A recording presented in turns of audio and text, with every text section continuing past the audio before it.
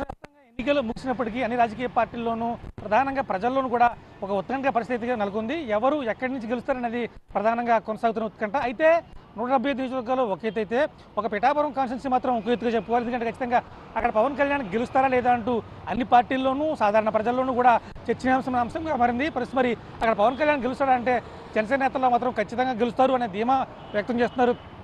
ఎందుకనంటే గడిచిన ఎన్నికల్లో గాజువాక్ కావచ్చు, భీమవరంలో కావచ్చు పవన్ కళ్యాణ్ ఓడిపోవడంతో ఆయనకి సింపతి ఉంది. దాంతోపాటు పిఠాపురంలో మెగాస్టార్ అభిమానులు కావచ్చు, మెగా కుటుంబం అభిమానులు ఎక్కువగా ఉన్నారు. గతంలో కూడా ప్రజారాజ్యం పార్టీ సమయంలో కూడా ఇక్కడి నుంచి వంగా గీత గెలిచారు. ఈ నేపథ్యంలో కాపు ఓటర్లు ఎక్కువగా ఉన్నారు. ఎన్ని చూసుకుంటే ఖచ్చితంగా పవన్ కళ్యాణ్ మళ్ళీ గెలుస్తారు. అయితే సుమారుగా 25,000 నుంచి 40,000 ఓట్ల మెజార్టీలోపు పవన్ కళ్యాణ్ గెలుస్తారని చెప్పి జనసేన నేతలు జోస్యం చెబుతున్న పరిస్థితి కనబడుతుంది.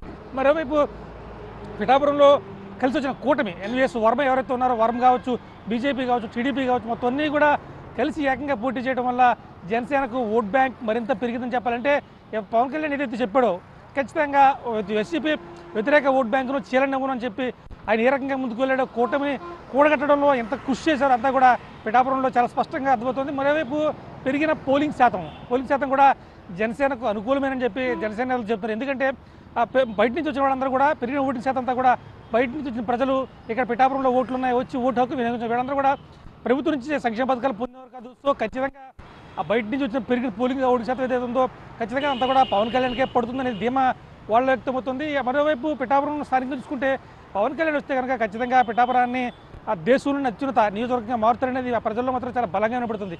ఈ నేపథ్యంలో ఇన్ని కోణాలు చెబుతున్న నేపథ్యంలో ఖచ్చితంగా పవన్ కళ్యాణ్ వస్తారు. ఎందుకంటే ఆయన ఎన్నికల్లో ముందే హామీ ఇచ్చారు. పిఠాపురం కావాల్సిన మల్టీ స్పెషాలిటీ హాస్పిటల్ ఏదైతే ఉందో సుమారుగా 50 కోట్లు ఖర్చు అవుతుంది. ఒకవేళ ప్రభుత్వం ఇవ్వలేకపోతే, సమయం సరిపోక నిధులు కేటాయించలేకపోతే తన సొంత నిధులతో కానీ అలాగే స్నేహితుల పరిచయాల ద్వారా బయటిని తీసుకొచ్చి ఖచ్చితంగా మల్టీ స్పెషాలిటీ హాస్పిటల్ కడతాను, ఇతరత్ర సదుపాయాలు కల్పిస్తానని చెప్పి చాలా స్పష్టంగా చెప్పిన పరిస్థితి ఉంది. మొత్తం మీద చూసుకుంటే జనసేన అభిప్రాయం కావచ్చు, తెలుగుదేశం కావచ్చు, వైసీపీ కావచ్చు, అందరూ కూడా పిఠాపురంలో పవన్ కళ్యాణ్ గెలుస్తారనే అభిప్రాయాలు మాత్రం ఎక్కువ శాతం వ్యక్తమవుతుందని చెప్పాలి. కెమెరా రవిశంకర్తో రాజేష్, బిగ్ టీవీ, పిఠాపురం.